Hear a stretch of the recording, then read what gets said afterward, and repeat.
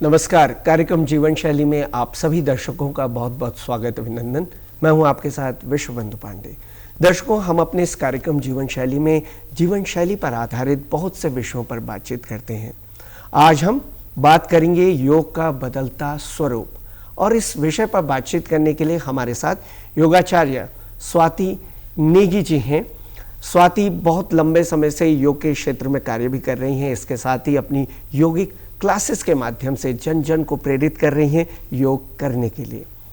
स्वाति के साथ ही हमारे साथ में योग साधिका अंकिता जी हमारे साथ में जुड़ रही हैं। अंकिता अपनी योगिक क्रियाओं के माध्यम से योग पर हमें जानकारी को साझा करेंगी। हमारे अतिथियों का बहुत बहुत स्वागत, अभिनंदन हमारे स्टूडियो दूरदर्शन उत्तराखंड में। स्वाति जी, जैसा कि आज हम योग का बदलता स्वरूप इस विषय पर बातचीत करने जा रहे हैं, हम देखते हैं कि योग जो है हमारे ऋषि मुनियों तक सीमित था और धीरे धीरे ये जन सामान्य तक पहुंचा, और आज के इस डिजिटल युग में योग घर घर तक पहुंच गया है और योग के माध्यम से लोग शिक्षित हो रहे हैं, अपनी जीवनचर्या को अच्छा बना रहे और निरोग हो रहे हैं। तो सबसे पहले हम आप ही से जानना चाहेंगे और इस कार्यक्रम की शुरुआत करना चाहेंगे कि योग वास्तव में क्या है, इसका विकास और इसके बारे में जो खास और विस्तृत जानकारी है, थोड़ा संक्षेप में आप हमें दें। जैसे कि आप इसके शब्द से इसका अर्थ जान सकते हैं। योग मतलब होता है जुड़ना या जोड़ना। इसका अर्थ अगर हम सिंपल सा देखें तो शरीर को आत्मा से जोड़ना है, लेकिन इसका सिर्फ इतना ही नहीं होता कि आप शरीर को आत्मा से जोड़ लेंगे। इसका जो पूरा प्रोसेस है कि आप इसको जोड़ेंगे कैसे, इसकी जो पूरी क्रिया है, इसमें आपके 8 पार्ट्स आते हैं, इसलिए बोलते हैं इसको अष्टांग योग। 8 पार्ट्स आते हैं, यम, नियम, आसन, प्राणायाम, ध्यान, धारणा, साधना। तो ये जब आप 8 इन प्रैक्टिस करते हो, उसका अभ्यास करते हो, तब जाके आप एक योगी बनते हो। तो इसको हम ऐसे बोल सकते हैं कि योग जो एक जीवन जीने की कला है। योग हमें जीवन किस तरह से जीना है इसको सिखाता है। सिंपल शब्दों में इसका अर्थ ये है। और अगर हम इसके इतिहास की बात करें कि योग कैसे शुरू हुआ, कहाँ से शुरू हुआ, तो योग जो है हमारा, आप देखोगे तो हमारे वेदों में, उपनिषदों में इसका पुराने समय से इसका विवरण मिलता है, आपको उल्लेख मिलेगा। और जिस तरह से अब आने वाले टाइम में धीरे धीरे योग इतना ज़्यादा बढ़ता जा रहा है, इसका पहले हमारा क्या होता था, योग सिर्फ शारीरिक था, आपका मानसिक था और आध्यात्मिक था। पर अब क्या हो रहा है, हर क्षेत्र में योग को बढ़ावा मिल रहा है और हर क्षेत्र में इसकी उपयोगिता भी है, इसकी ज़रूरत भी है जी। और इसीलिए योग जो है वो हमारे शारीरिक स्वास्थ्य के साथ साथ में मानसिक और खास तौर से, जैसे कि आपने जिक्र भी किया अभी, आत्मिक सुख के लिए स्पिरिचुअली लोग योग से जुड़ रहे हैं, कनेक्ट हो रहे हैं। हाँ जी जी। तो आज का हमारे जो कार्यक्रम, जैसा कि आज हम योग के इस बदलते हुए स्वरूप पर बातचीत करेंगे, तो सबसे पहले तो स्वाति, हम आपसे ये कहेंगे कि आज की इस योग के इस कार्यक्रम की शुरुआत आप किस तरह से करना चाहेंगे? हम सबसे पहले इसमें थोड़ी सी जो बेसिक मूवमेंट्स होते हैं हमारे योगा आसन करने से पहले, हम वो करना चाहेंगे।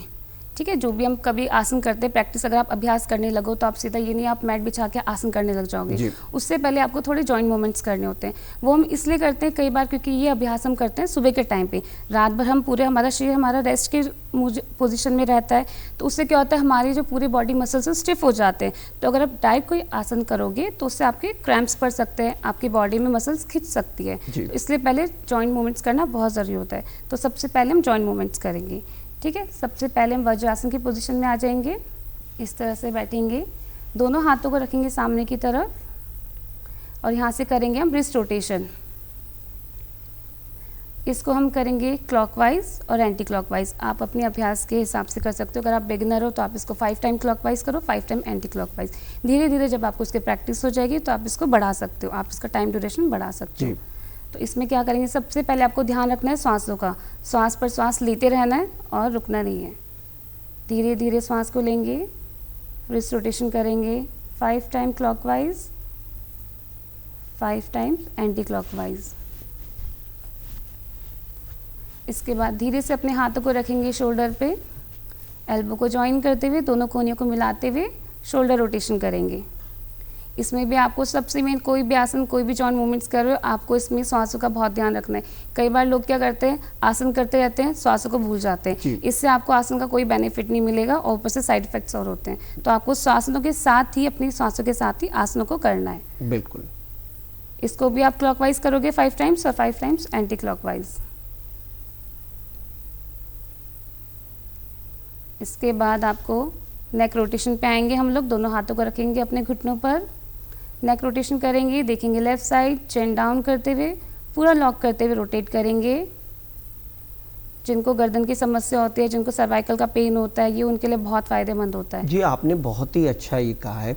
और आजकल ये भी देखते हैं हम कि जो लोग इस तरह की क्रियाओं को करते रहते हैं, उनको नेक की जो प्रॉब्लम है, स्पेशली जो पेन उनमें रहता है, काफ़ी सारी आगे चल कर के हम देखते हैं कि गंभीर बीमारियों से ग्रस्त भी व्यक्ति हो जाता है। तो लेकिन जब हम योग की शुरुआत करें उस तरह से, अगर पहले हम इस तरह की स्ट्रेचिंग एक्सरसाइज करें, इसका बहुत बेनिफिट मिलेगा। हाँ जी, इससे आपको बहुत बेनिफिट मिलेगा। कई बार ऐसा होता है कि क्योंकि आप इसमें एडवांस आसन नहीं कर सकते हो, जो भी जिनको इसका सर्वाइकल का पेन होता है, जिनको थायराइड की प्रॉब्लम होती है, वो एडवांस आसन नहीं कर सकते, उनको पहले जॉइंट मूवमेंट्स करना बहुत ज़रूरी है। अगर आप उनके बिना करोगे तो इंजरी के चांसेस हो सकते हैं, इसलिए जॉइंट मूवमेंट्स बहुत ज़रूरी है। जैसे नेक रोटेशन हो गया, उसके बाद फिर अप डाउन करते हैं, इनहेल करते हुए नेक को अप करेंगे, एक्सेल करते हुए डाउन करेंगे। कोशिश करेंगे गर्दन को आप पूरी तरह से पीछे ले जा सके और चिन को पूरी तरह से नीचे लॉक करेंगे। इस तरह की क्रियाएं आपको बहुत ज़्यादा फायदे दे सकती है। आज के टाइम पे क्या हो गया कि सबको लगता है कि एडवांस आसन करना योग्य है जी। एडवांस आसन से उतने बेनिफिट्स नहीं मिलते हैं जितने आपको प्राणायाम से और बेसिक आसन से मिलते हैं। बहुत सुंदर जी। आजकल के योग अगर आप देखोगे तो सिर्फ वीडियो बनाने के लिए या सिर्फ पोस्ट डालने तक रह गया है। 21 जून को आप जो कभी योग नहीं करते उस दिन वो लोग भी योग करते हैं। बिल्कुल, पोस्ट और रील्स डालने से, और अगर आप उसको अपने जीवन में ला रहे हैं हाँ। तो ये बहुत बड़ी उपलब्धि होगी। बहुत बड़ी उपलब्धि है। आज के टाइम पे सिर्फ यही हो गया है कि पोस्ट और वीडियोस के लिए ही लोग योग करते हैं और एडवांस आसन करना योग नहीं होता है। अगर आपको मन की शांति नहीं मिल रही है, आपका चित्त शांत नहीं है, तो आप एक अच्छी योगी नहीं है। तो आप कितना भी अभ्यास कर ले, कोई एडवांस आसन कर ले, आप अच्छी योगी नहीं बन सकते। बिल्कुल, और हमें लगता है कि हमारे व्यूअर्स आपकी इन बातों से जरूर प्रेरणा लेंगे और अगर वीडियो भी बनाएंगे तो योग करते करते बनाएंगे, जिससे उन्हें संपूर्ण लाभ मिल सके जी। तो ये तो हो गई हैं स्ट्रेचिंग एक्सरसाइजेज, जिसमें आपने नेक मूवमेंट कहा है, हाथों की एक्सरसाइजेज की कराई हैं। स्वाति जी, हम देख रहे हैं जैसा कि आज का हमारा विषय भी है योग का बदलता हुआ स्वरूप, तो आधुनिक युग में योग का जो महत्व लाभ है, इस पर आप संक्षेप में कुछ कहना चाहती हैं? अगर आधुनिक युग में योग की बहुत ज़्यादा इम्पोर्टेंस है। अगर आप देखोगे तो सिर्फ एक फील्ड में नहीं, सिर्फ शारीरिक नहीं, मानसिक नहीं, आध्यात्मिक नहीं, हर चीज़ में। अगर हम बात शारीरिक से शुरू करते हैं तो आज के टाइम पे अगर आप स्वस्थ नहीं हो तो आप अपनी जीवन शैली आगे नहीं बढ़ा सकती, क्योंकि एक बीमारी से ग्रस्त आदमी ना तो अपनी फैमिली के बारे में सोच सकता है, ना अपने काम के बारे में सोच सकता है, ना देश के बारे में सोच सकता है, अपनी किसी भी चीज़ के बारे में नहीं सोच सकता। इसलिए आपको शारीरिक फिट होना बहुत ज़रूरी है। जब आप खुद का स्वास्थ्य आपका ठीक है, तभी आप आगे अपनी फैमिली के लिए सोचोगे, अपने काम के लिए सोचोगे, देश के लिए सोचोगे। तो आपके लिए बहुत ज़रूरी है कि आप योग करें और स्वस्थ रहें। अगर हम बात करें इसमें मानसिक रूप से, कई सारी बीमारियां ऐसी हैं जो मानसिक होती हैं, और मानसिक बीमारियां ऐसी होती हैं जिन पे इजीली कोई बात नहीं करता, जो दिखती नहीं है। शारीरिक चोट आपको दिख जाएगी, शारीरिक परेशानी आपको दिख जाएगी। मानसिक रोग ऐसे होते हैं जो जल्दी से ठीक नहीं होते हैं, जो दवाइयों से भी ठीक नहीं होते हैं। उसके लिए आपको योगा और प्राणायाम करना बहुत ज़रूरी है। कई और इस पर सबसे मेन प्रॉब्लम ये है कि लोग बात भी नहीं करना चाहते। उनको लगता है अगर हम किसी को बताएंगे तो लोग हमें पागल बोलेंगे या समझेंगे नहीं। तो ये चीज़ आपकी जो आसन करते हो, जब ध्यान लगाते हो, ध्यान एक ऐसी अवस्था है जब इंसान अपने आप को जानता है। बहिरंग से अंतरंग होता है। बहिरंग से अंतरंग होने का मतलब है कि बाहर की दुनिया से अपनी दुनिया में अपने आप को जानना। और सेल्फ स्टडी बहुत ज़रूरी है, क्योंकि जब तक आप खुद को नहीं जानोगे दूसरा आपको नहीं जान पाएगा। तो पहले आपको अपने बारे में ज्ञान लेना बहुत ज़रूरी है। हम चाहते हैं कि इसमें जैसे कि आपने ये क्रियाएं कराई हैं, तो पैरों की कुछ क्रिया इसमें आप जोड़ना चाहें, जैसे कि हमारी शुरुआत हो रही है, दिनचर्या की शुरुआत हो रही है जी। हाँ जी, तो सबसे पहले हम इसमें क्या करेंगे, पश्चिमोत्तानासन करेंगे। उसके लिए हम बैठेंगे, दोनों पैरों को सीधा करेंगे, पैरों को घुटने, इसमें आपको ध्यान रखना है कि आपके घुटने सीधे होने चाहिए। पैरों को फ्लेक्शन मोड में रखेंगे, अपनी तरफ खींच के रखेंगे, दोनों हाथों को ऊपर लेके जाएंगे खींचते हुए, और स्पाइन को खींचते हुए स्ट्रेट करते हुए आगे की तरफ आएंगे। इसमें कोशिश करेंगे, कई लोग इसमें क्या गलती करते हैं, बहुत कॉमन है, हर कोई ये गलती करता है। अगर जो बिगनर है खासकर, वो सीधा हाथों को ऊपर लेके आते हैं, उनको लगता है कि हमें हाथ टच करने, आपको पैरों को नहीं छूना है, आपको हंच नहीं करना। बैक पे हंच आता है, आपकी स्पाइन स्ट्रेट नहीं हो रही है, कोई उस पर आपका मूवमेंट नहीं हो रहा है।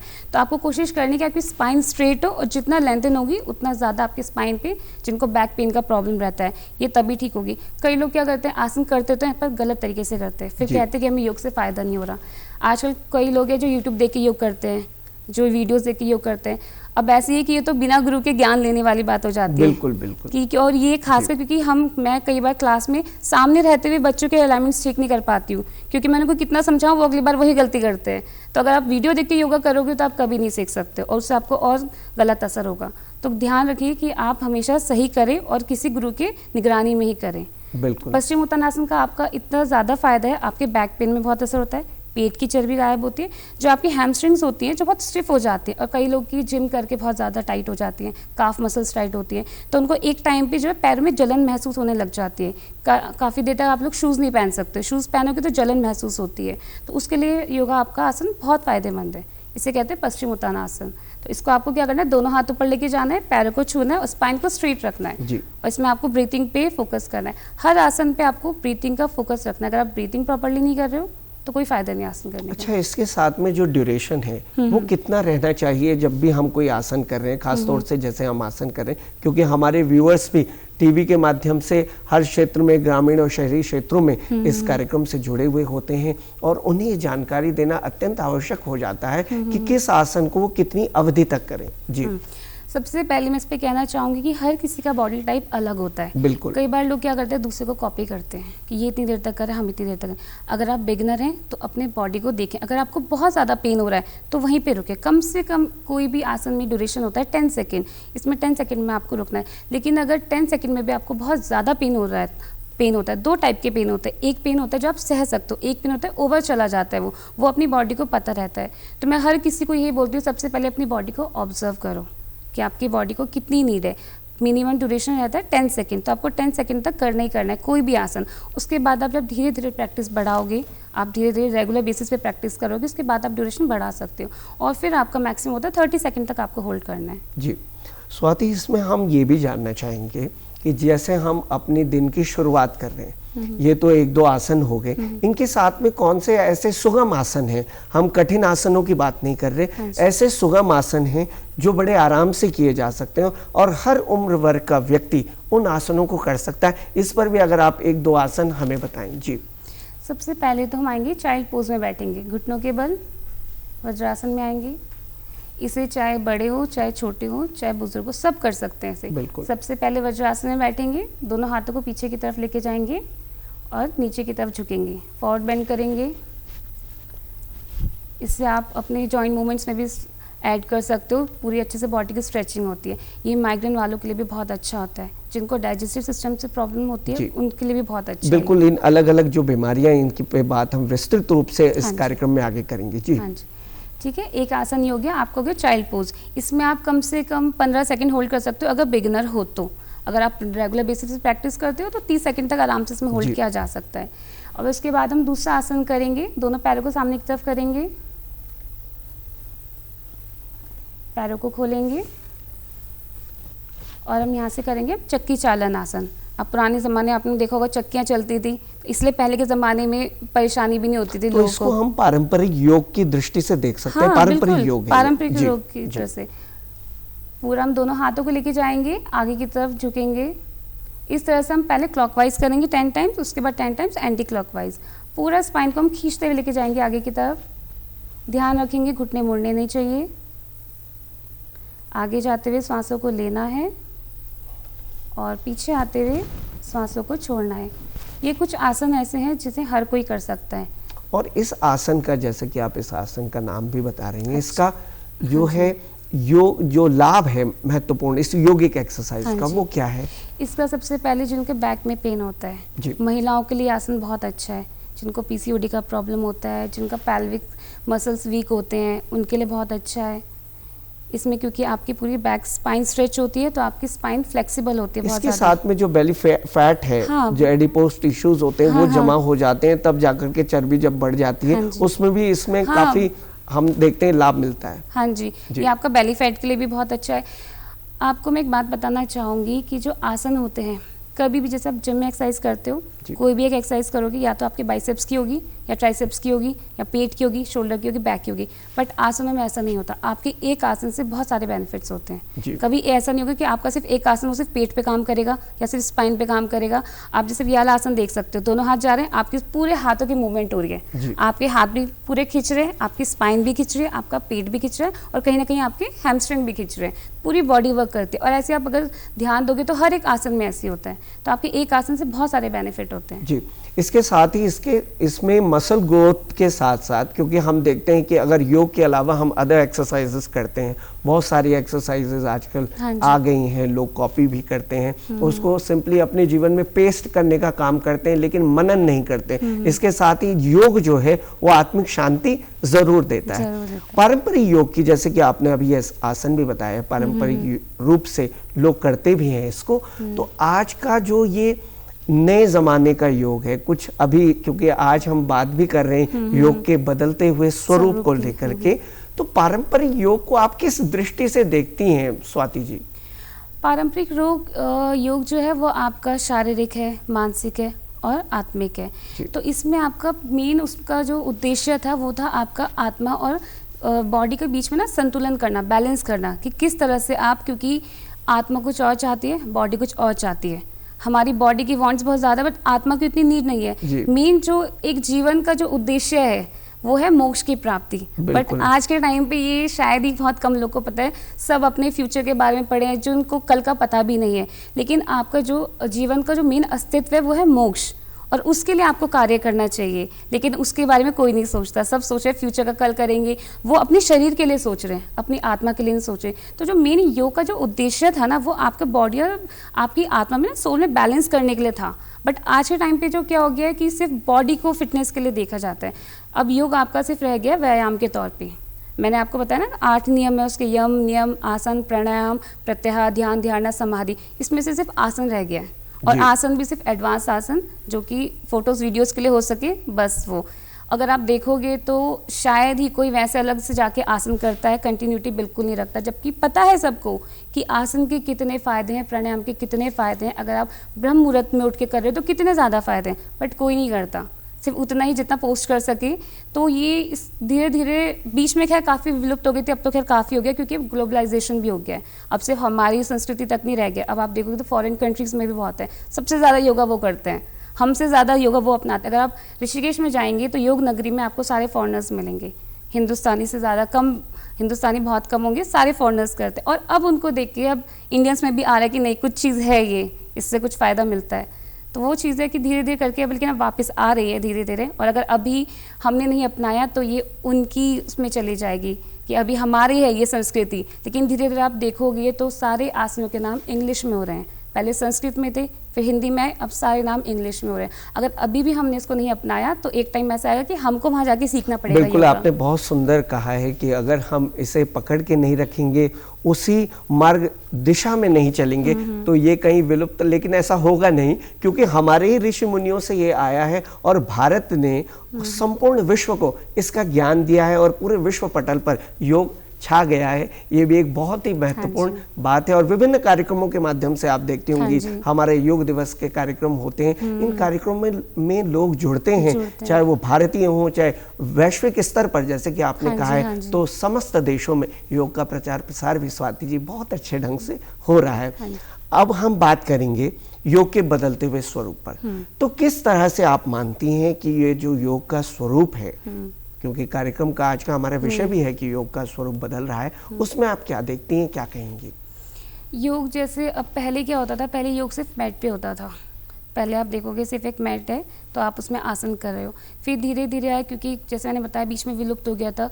अब आज के टाइम पे इंसानों को क्या चाहिए था, थोड़ा वैरायटी चाहिए होती है हर चीज़ में। थोड़ा जब तक उनको कुछ नया नहीं दिखेगा तब तक वो उसमें घुसते नहीं है। और खास तौर से अगर हम युवाओं की बात करें तो ये ज़्यादा हो गया है। हाँ, तो उनके लिए ज़्यादा है, क्योंकि अब क्या होता है, पहले योग सिर्फ मैट पे होता था, बट अब क्या उसमें इसलिए भी है क्योंकि कई लोग जो है योगा नहीं कर पाते हैं। और इसलिए नहीं कर पाते, उनको लगता है हमसे नहीं होगा, ये बहुत टफ है, बहुत आसान कोई देखते हैं तो कई बार मेरी क्लासेस में आते हैं हम कर भी पाएंगे, ये तो बहुत टफ है। तो उनके लिए ना, उनके लिए आसानी कर दी गई है, बहुत सारे इक्विपमेंट बना दिए गए हैं, बहुत टाइप की योगा, अलग अलग तरीके की योगा बनाए ताकि उनको इंटरेस्ट बना रहे, वो करें किसी तरह से तो फिट रहें। तो उसमें बहुत सारी वेरिएशंस बनाई गई हैं। अब जैसे पहले क्या होता था, अब बहुत सारी स्टिक आ गई हैं, योगा के लिए स्टिक आ गई हैं, नी पैड्स आ गए, जिनके घुटनों में दर्द रहता है, जिस तरह से यहाँ पे रखा है नी पैड, जिनके घुटनों में दर्द होता है मैट में वो नहीं टिका पाते हैं, उनके घुटने में प्रॉब्लम हो जाती है, तो नी पैड यूज़ कर सकते हैं। हाथों में स्ट्रेंथ कम होने की वजह से वो लोग ऊपर बॉडी लिफ्ट नहीं कर पाते, तो ब्लॉक्स आ गए हैं।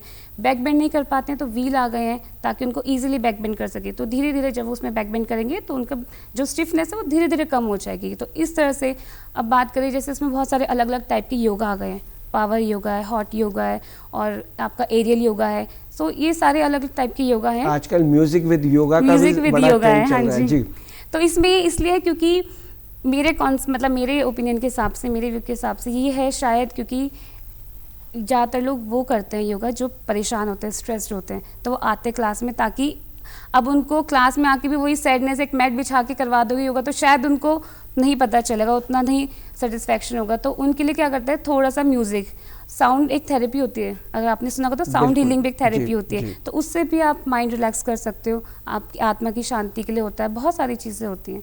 तो इस तरह से चीज़ों को ऐड ऑन किया है ताकि किसी तरह से, क्योंकि बोलते हैं मॉडर्न प्रॉब्लम्स तो मॉडर्न सोल्यूशंस हैं उसके लिए, तो इस तरह से बाकी सारी चीज़ें। और इंसान ही नहीं, अगर हम पेड़ पौधों को भी देखें तो ये जो संगीत है, इसके स्पंदन से और संगीत का जो वाइब्रेशन होता है, तो उनको भी इससे एक प्राण शक्ति मिलती है, ऊर्जा मिलती है। तो हम तो मानव है। स्वाति जी, हम देखते हैं कि आज के समय में जो बच्चे होते हैं, खास तौर से युवा वर्ग के लोग हैं और जो आपकी उम्र के हैं या बड़े हैं, उनको हम किस तरह से योग की ओर मोड़ सकें, ये बहुत बड़ा प्रश्न रहता है। और तभी हम देखते हैं कि योग का स्वरूप जो है वो निरंतर बदलता जा रहा है, जिससे एक इंटरेस्ट पैदा हो, एक उनके अंदर एक जिज्ञासा पैदा हो, जिससे वो योग की तरफ बढ़े। अब हम बात करेंगे महिलाओं पर, क्योंकि मातृशक्ति की बात है, और जब मातृशक्ति शक्तिशाली होगी, शारीरिक रूप से, मानसिक रूप से, आध्यात्मिक रूप से, आत्मिक रूप से, तभी एक स्वस्थ समाज का निर्माण हो सकता है। तो महिलाओं की कुछ ऐसी बीमारियों का आपसे हम ये इंफॉर्मेशन और जानकारी लेना चाहेंगे जो खास तौर से आम रूप में आमतौर से आपने देखी होगी कि कौन सी ऐसी बीमारियां खास तौर से आप देखती हैं और जिनका निदान भी हम योगिक क्रियाओं के माध्यम से कर सकते हैं। आज के टाइम पे अगर हम बात करेंगे तो महिलाओं में सबसे जो आम बीमारी चल रही है, वैसे इसको बीमारी नहीं कहेंगे, ये एक समस्या है। इसको पीसीओडी का बहुत समस्या है आजकल, हर 10 में से कम 7 से 8 वुमेन को ये प्रॉब्लम है, चाहे वो छोटी बच्ची हो गई, चाहे बड़े हो गए, चाहे मध्यम वर्ग के हो गए। इसमें क्या होता है कि पीसीओडी को पॉलीसिस्टिक ओवरी सिंड्रोम या फिर पॉलीसिस्टिक ओवरी डिसीज भी कहते हैं। सबसे पहले इसको बीमारी कहना गलत होगा क्योंकि इसका अभी तक पता नहीं चल पाया, डॉक्टर भी इसको प्रूफ नहीं कर पाए कि एक बीमारी है, ये एक समस्या है और ये एक लाइफस्टाइल डिसऑर्डर है। लाइफस्टाइल खराब होने की वजह से ये समस्या होती है क्योंकि आजकल का खान पीन ही ऐसा है। तो ये पहले के ज़माने में नहीं होती थी क्योंकि महिलाएं काफ़ी काम करती थी, फिजिकल एक्टिविटीज़ होती थी, घर में इतने सारे काम होते थे। आज के टाइम पे सब जॉब में, सब जॉब करते हैं तो सारे सिटिंग वर्क है उनका, तो कोई एक्टिविटी नहीं होती, उस वजह से लाइफस्टाइल डिसऑर्डर होता है और इसमें बहुत सारी प्रॉब्लम्स होती हैं। लड़कियों को जैसे मेंस्ट्रुअल इरेगुलरिटी हो जाती है, हेयर फॉल होता है, अनवांटेड फेशियल हेयर ग्रोथ हो जाती है, बहुत सारे प्रॉब्लम्स होती हैं इसमें। तो इनके लिए कुछ आसन हैं जो आप उनका अपनाएंगे तो उससे आपको, हम चाहते हैं कि योगिक क्रियाओं के माध्यम से हमारे दर्शक लगातार हमारी जो व्यूअर्स हैं वो भी जुड़ते रहे, हमारी बातचीत भी चलते रहे, इसके साथ में एक्सरसाइज भी होती रहे। जी, तो सबसे पहले जो पीसीओडी के लिए सबसे बेस्ट आसन है जिसमें बहुत सारी महिलाओं को फायदा पहुंचता है वो है बटरफ्लाई, बद्रकोण आसन। ठीक है, इसके लिए दोनों पैरों को हम फोल्ड करेंगे, अपने मूलाधार चक्र के पास रखेंगे, दोनों हाथों से इंटरलॉक करेंगे, कमर गर्दन सीधी रखिए, दोनों घुटनों को ऊपर की तरफ रखेंगे और नीचे लेके आएंगे। इस तरह से कंटिन्यूस मूवमेंट करेंगे। इसको कम से कम 5 से 10 मिनट डेली अगर किया जाए तो आपको पीसीओडी से राहत मिल सकती है। इसमें आपको ध्यान रखना है कमर गर्दन सीधी रहनी चाहिए और आपके श्वास प्रश्वास लगातार। खास तौर से हम देखते हैं कि सावधानी भी क्या इसमें हमें बरतनी चाहिए। जी, इसको अगर प्रेग्नेंट लेडीज है तो अवॉइड करें, किनको नहीं करना है, जिनको बहुत ज़्यादा सीवियर बैक पेन है वो ना करें इसको, और वरना बाकी इसको हर कोई कर सकता है। ऐसा कुछ नहीं है कि इसको करने के लिए बहुत ज़्यादा सेफ्टी कुछ करना है, इसको हर एज के लोग कर सकते हैं। एल्बो स्ट्रेट रहेगी, कमर गर्दन सीधी रखेंगे और कंटिन्यूस मूवमेंट करते हुए और फिर धीरे धीरे जब आप इसमें प्रैक्टिस करते रहेंगे रेगुलर, तो आप इसकी ड्यूरेशन बढ़ा सकते हैं। और आप इसको दिन में सुबह भी कर सकते हो, शाम के टाइम भी कर सकते हो। इसमें आपको ऐसा कुछ नहीं कि आपको खाने से पहले करना है या खाने के बाद करना है। एक ये हो गया हमारा बदकोण आसन। एक दूसरा हमारा सबसे फ़ायदेमंद होती है, इसमें पेट के बल लेटेंगे और यहाँ से करेंगे धनुरासन। इसे बो पोज भी कहते हैं। दोनों घुटनों को मोड़ेंगे पीछे की तरफ, राइट हैंड से राइट एंकल ग्रैब करेंगे, लेफ्ट हैंड से लेफ्ट एंकल। इनहेल करते हुए अपर बॉडी को लिफ्ट करेंगे और पीछे से पैरों को ऊपर उठाएंगे। इससे आपका पूरा प्रेशर पड़ता है आपकी नेवल पर, रिप्रोडक्टिव सिस्टम पे। जो आपकी सिस्ट होती है वो ख़त्म होने में बहुत सहायता मिलती है, लेकिन इसके रेगुलर प्रैक्टिस करेंगे तभी जी। ये हार्ट वालों के लिए बहुत अच्छा होता है, जिनको हार्ट की प्रॉब्लम होती है, क्योंकि इसमें पूरा आपके हार्ट ओपन हो रहे हैं, लंग्स ओपन हो रहे हैं। बिल्कुल। इसको कम से कम 5 से 10 सेकंड होल्ड करेंगे, उसके बाद धीरे से वापस आएंगे।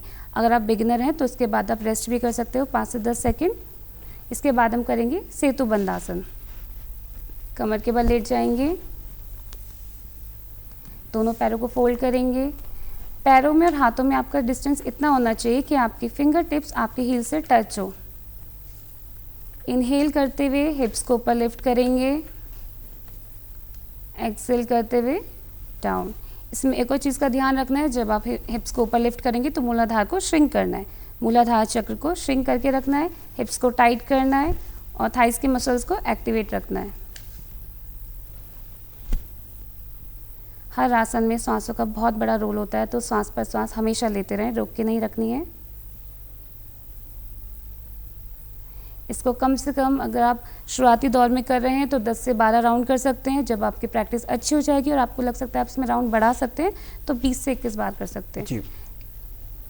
और आपने ये बहुत सुंदर कहा है कि बिना गुरु का हम किसी भी क्षेत्र में कोई उन्नति हासिल नहीं कर सकते, एक्सपर्ट नहीं बन सकते। तो खास तौर से हम अपने इस कार्यक्रम के माध्यम से अपने व्यूअर्स से भी कहना चाहेंगे कि आप जो भी योगिक क्रियाएं करें वो किसी इंस्ट्रक्टर की देखरेख में करें तो आपको ज़्यादा लाभ मिलेगा। इसके साथ ही हम, क्योंकि कार्यक्रम का समय भी होता है स्वाति जी, हम चाहते हैं कि हार्ट डिजीज के लिए, जैसे आपने हार्ट की बात हो गई, थायराइड के जो लोग है, इसके साथ ही अब जिस तरह से हम थायराइड, पैराथायराइड, ये समस्त चीजें तो योगिक एक्सरसाइजेस के माध्यम से हो सकती हैं, कर देंगे, लाभ मिलेंगे।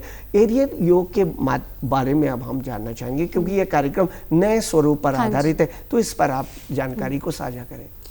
बात करें एरियल योगा की, जैसे इसका नाम में ही पता है, एरियल योगा यानी एयर में योगा। इसके बहुत सारे नाम हैं। आप इसको एंटी ग्रेविटी योगा बोल सकते हो, एक्रो योगा बोल सकते हो, फ्लाई योगा बोल सकते हो। और नॉर्मल योगा में जो हमारा ट्रेडिशनल योगा होता है वो हमारा मैट पे होता है, बट एरियल योगा हमारा हैमक पे होता है। हैमक पे या फिर सिल्क रोप्स बोल सकते हो आप, वो सीलिंग पे आप ऊपर उसे टांगते हो, उसके ऊपर योगा होता है। उसमें हमारा क्या होता है, ट्रेडिशनल योगा में हमारी फ्लेक्सिबिलिटी पे काम ज़्यादा नहीं होता है, हमारी स्पिरिचुअलिटी पे, हमारी इनर पीस के लिए और हमारी बैलेंसिंग के लिए होता है। बट एरियल योगा में आपकी स्ट्रेंथ ज़्यादा लगती है, आपकी फ्लेक्सिबिलिटी ज़्यादा, आपके पोस्चर्स इंप्रूव होते हैं, इसलिए उसको हर कोई नहीं कर सकता है। सबसे पहली बात, जैसे ट्रेडिशनल योगा बिगिनर लेवल से आप स्टार्ट कर सकते हो, बट अगर आप एरियल योगा की तरफ जा रहे हैं तो उसके लिए आपको पहले थोड़ा सा फिजिकल एक्टिव होना बहुत ज़रूरी है। 1-2 महीने आप पहले अपनी कोई फिजिकल एक्टिविटी करें, चाहे नॉर्मल ट्रेडिशनल आसन करें, चाहे कोई अपनी फिजिकल आप रनिंग करें, कार्डियो एक्सरसाइज करें, कुछ भी करें, लेकिन एरियल योगा में आप डायरेक्ट नहीं जा सकते। एरियल योगा के लिए आप उसमें, क्योंकि आपकी स्ट्रेंथ ज़्यादा लगती है, आपकी फ्लेक्सिबिलिटी ज़्यादा होती है, उसमें चांसेस भी ज़्यादा होते हैं इंजरी की, तो उसके लिए आपको फिजिकल फिट होना चाहिए। जिनको हार्ट डिजीज़ प्रॉब्लम होती है, जिनका बीपी हाई रहता है, उसको वो लोग नहीं कर सकते हैं। एरियल योगा के काफ़ी बेनिफिट्स भी हैं और काफ़ी डिसएडवांटेज भी हैं। और रोप वाला जो योगा है, जिसमें हम रोप की मदद से योगा करते हैं, इसके बारे में बताएं। रोप्स में भी वही है, आपके हर एक आसन में वो हेल्प करता है इम्प्रूव करने में। जैसे अयंगर रोप्स की बात करें तो आपके बैक बेंडिंग में हेल्प करता है, इम्प्रूव करता है आपके बैक पोस्चर्स को। जो लोग इजीली बैक बेंडिंग नहीं कर पाते वो रोप्स की मदद से इजीली कर लेते हैं। आपके वो स्टैंडिंग पोस्चर में काम करता है, आपको स्ट्रेचिंग में काम करता है। तो हर एक जो भी हमारी जो रोप्स हैं, जो एरियल योगा है, चाहे अयंगर रोप्स हो गई हैं, चाहे ब्लॉक्स हो गए, ये सब इक्विपमेंट जो है हमारे हमें हेल्प करते हैं। जो हम ईजिली हम बैठ के नहीं कर पाते हैं तो उसमें हमें ज़्यादा जल्दी से हेल्प करते हैं, ताकि हम थोड़ा हेल्प करके और जब हम उसमें परफेक्ट हो जाएंगे तब हम इजीली कर लेते हैं आसन। तो ये एक तरह से हमारे हेल्पिंग इक्विपमेंट हो जाते हैं जी। और ख़ास तौर से जब हम इन यौगिक क्रियाओं को करें तो खास तौर से इंस्ट्रक्टर की नज़र में देखरेख में हमें इसे करना चाहिए, अत्यंत आवश्यक है। और हम व्यूअर्स से भी लगातार ये कहना चाहेंगे कि आप जब भी इस तरह की योगिक एक्सरसाइज करें तो किसी अच्छे योगाचार्य के पास में जाकर के जानकारी हासिल करें और तब आप चाहे घर पर चाहे क्लासेस में योगा को करें। हाँ जी। स्वाति जी, आपने इस कार्यक्रम में हमें समय दिया, खास तौर से योग के इस बदलते हुए स्वरूप को, जो कि यंगस्टर से जुड़ा हुआ है और हर उम्र वर्ग का व्यक्ति चाहता है कि हम इस नए स्वरूप के बारे में जानें, जानकारी को हासिल करें और उस स्वरूप का लाभ उठाएं। आप हमारे कार्यक्रम में शामिल हुए, इसके लिए आपका बहुत बहुत धन्यवाद। हम दोनों का ही, अंकिता जी और स्वाति जी का, दोनों का धन्यवाद करते हैं जी।